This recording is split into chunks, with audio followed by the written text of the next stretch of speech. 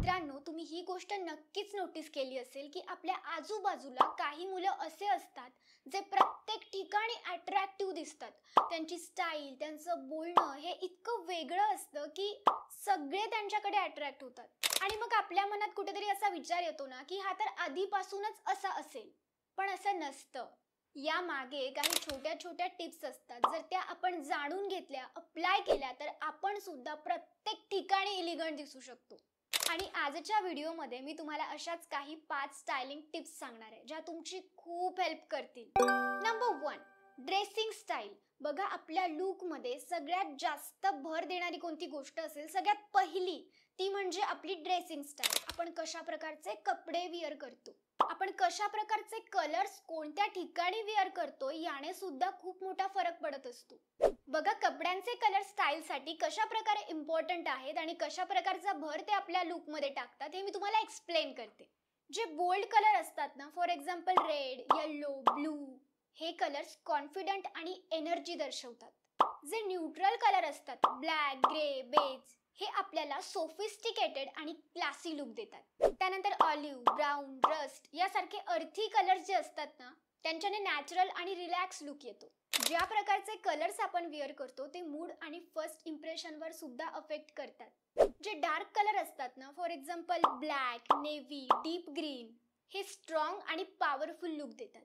White आणि pastel shades मधले जे लाईट कलर्स असतात ते काम आणि फ्रेश लुक देतात. आणि जे ब्राईट कलर्स असतात, ऑरेंज, येलो, व्हायब्रंट ब्लू, हे पॉझिटिव्ह वाइब देतात. मग तुम्ही कशा ऑकेजन मध्ये जाताय त्यानुसार तुम्ही त्या प्रकारचे कपडे वेअर करू शकता.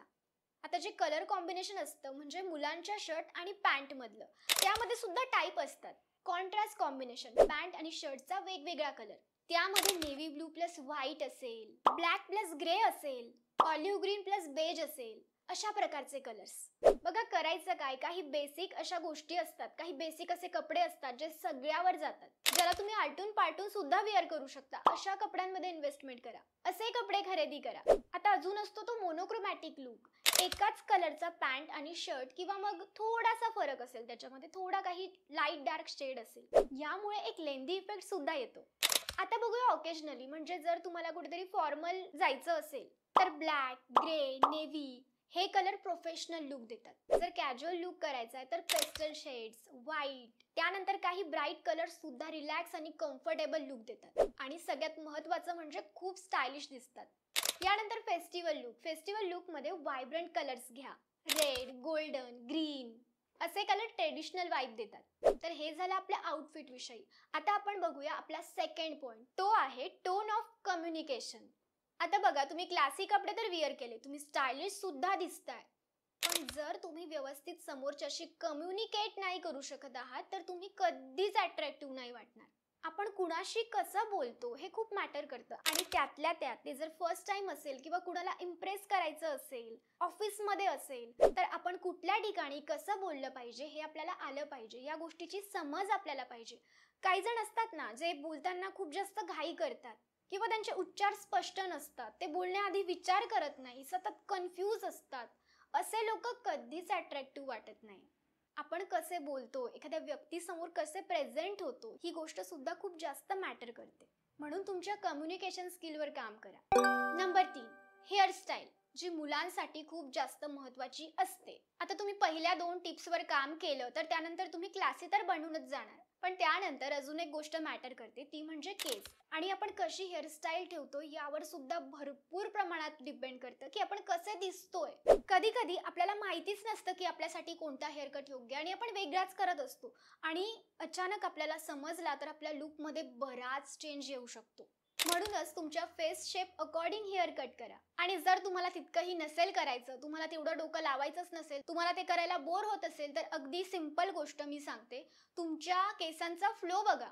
म्हणजे कोणत्या साईडला तुमच्या केसांचा फ्लो आहे, ज्या साईडला फ्लो असेल त्या साईडला व्हॉल्यूम क्रिएट करा. त्या साईडला टेक्स्चर असलं पाहिजे. हेअर टेक्स्चरसाठी बरेचसे मुलं हेअर पावडरचा सुद्धा वापर करतात. ते सुद्धा तुम्ही तुमच्या रुटीनमध्ये ऍड करू शकता जेव्हा तुम्हाला कुठे महत्त्वाच्या ठिकाणी जायचं असेल.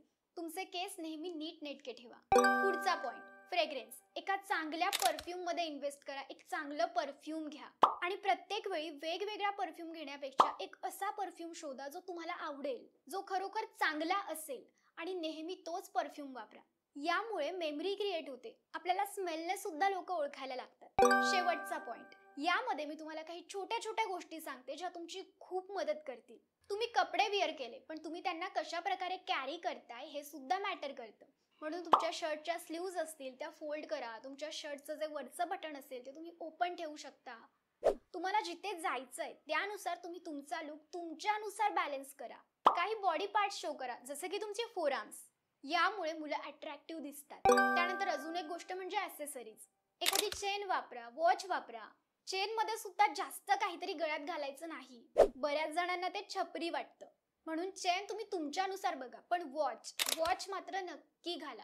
वॉचने एक क्लासी लुक येतो. अजून एक महत्वाची गोष्ट म्हणजे ज्याला बरेचसे मुलं इग्नोर करतात. म्हणतात की मला नाही गरज आहे स्किन केअरची. मुलं थोडी स्किन केअर करतात, पण लक्षात ठेवा स्किन केअरची गरज सगळ्यांना असते. म्हणून तुम्हाला जास्त काही करायला आवडत नसेल ना, तर निदान एखादं चांगलं क्लिन्झर आणि सनस्क्रीन तरी वापरा. आणि याच बरोबर तुमच्या लिप्सची सुद्धा काळजी घ्या. जेव्हाही आपण बाहेर कुठे जातो आपल्याला कळत नाही, पण बरेचसे लोक आपल्या लिप्सला नोटीस करत असतात.